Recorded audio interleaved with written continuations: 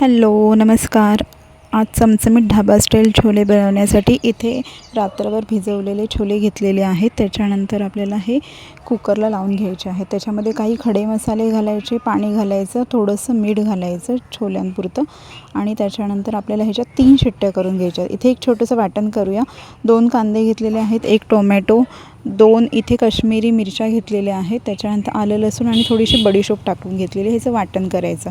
तेलामध्ये जिरं, मोहरी, कढीपत्ता, हिंग टाकायचं थोडंसं आणि केलेलं वाटण तेल सुटेपर्यंत परतून घ्यायचं. इथे छोले आपले शिजलेले आहेत, तर तेच छोले आपल्याला थोडेसे साईडला करून मिक्सरला वाटून घ्यायचे आहेत.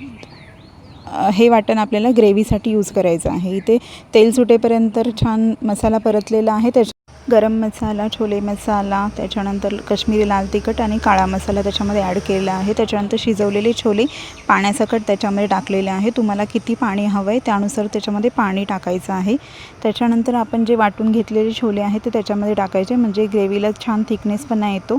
थोडंसं चवीनुसार मीठ टाकायचं, वरून कसुरी मेथी आणि कोथिंबीर टाकायची. आता या छोल्यांसाठी आपल्याला एक तडका बनवून घ्यायचा आहे. तेलामध्ये जिरं टाकलेलं आहे, त्याच्यानंतर उभं चिरलेलं बारीक आलं, काश्मीरी लाल मिरची आणि काश्मीरी लाल तिखट टाकून घेतलेलं आहे आणि चमचमीत आपले छोले तयार झालेले आहेत.